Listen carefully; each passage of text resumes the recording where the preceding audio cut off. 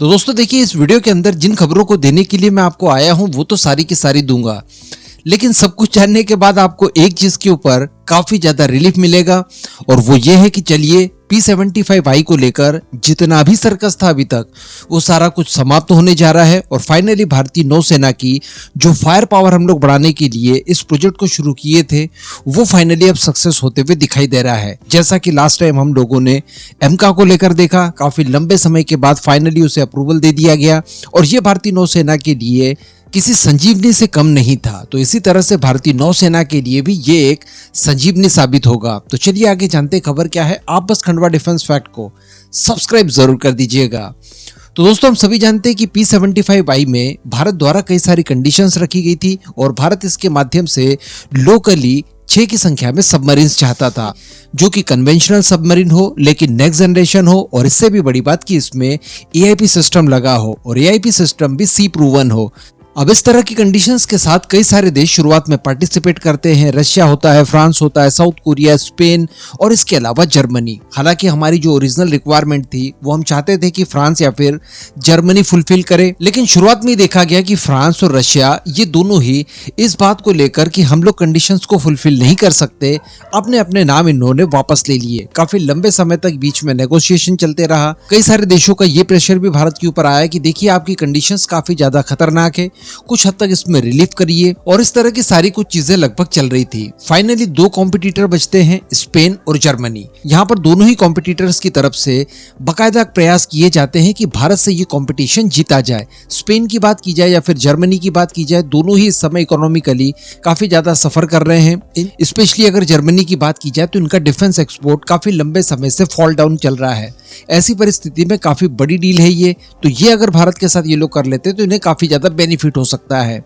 लेकिन इसी बीच स्पेन की तरफ से एक बहुत ही अच्छा ऑफर पेश किया गया। स्पेन द्वारा ये कहा गया कि देखिए हम आपकी सारी रिक्वायरमेंट फुलफिल करने के लिए तैयार हैं, आपको 100% टेक्नोलॉजी भी देंगे, भारत के अंदर ही LNT के साथ मिलकर इन सबमरीन्स का निर्माण भी करेंगे। लेकिन समस्या ये थी कि हमें सी प्रूवन AIP सिस्टम चाहिए था और जो स्पेन का AIP सिस्टम है ये अभी सी प्रूवन नहीं हुआ है, यानी डेवलपमेंट स्टेज से बाहर निकल चुका है, सक्सेसफुल हो चुका है, लेकिन अभी इसे सी प्रूवन नहीं कहा जा सकता। और इसी AIP सिस्टम के साथ इन्होंने SIT प्लस की सबमरीन्स हमें ऑफर की थी। लेकिन दोस्तों इसी बीच खबर निकल कर ये आती है कि जर्मनी की विजिट पर भारत के द्वारा एक टीम भेजी जा रही है जो वहां पर जाकर जर्मन सबमरीन्स का निरीक्षण करेगी। जी हाँ, तो कहने का मतलब अब डील को फाइनली आगे बढ़ाने की शुरुआत भारतीय नौसेना की तरफ से कर दी गई है। कुछ ही दिन पहले जब मैं आपको खबर नहीं दे पाया था उस समय ये खबर निकल कर आई थी कि भारतीय नौसेना द्वारा जितने भी ऑफर्स हमारे सामने आए हैं, जो भी संभावित प्रतियोगी हैं, उन सभी का अवलोकन करना शुरू कर दिया है। यानी सभी सबमरीन्स के टेक्निकल स्पेसिफिकेशन, वो किन किन शर्तों को मानने जा रहे हैं,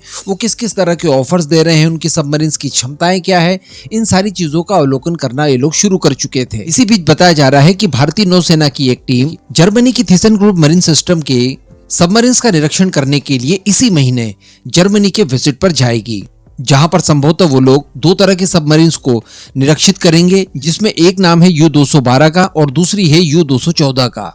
इनके अंदर AIP सिस्टम भी है और पुरानी डीजल इलेक्ट्रिक कन्वेंशनल सबमरीन के विपरीत ये सबमरीन जब मिशन मोड पर आती है तब बैटरीज के माध्यम से इसे पावर दिया जाता है और इस दौरान ये पूरी तरह से साइलेंट होती है, वजह से इसका स्टेल्थनेस जो है वो दूसरी सबमरीन्स की तुलना में काफी ज्यादा बढ़ जाता है। और चूंकि AIP सिस्टम से लेस है, इस वजह से ये अंडर वाटर रहकर भी अपनी बैटरीज को चार्ज कर सकती है, क्योंकि नॉर्मल सबमरीन को समुद्र सतह पर आना पड़ता है और वहां से फिर ऑक्सीजन लेकर फिर अपनी बैटरीज को चार्ज करना होता है।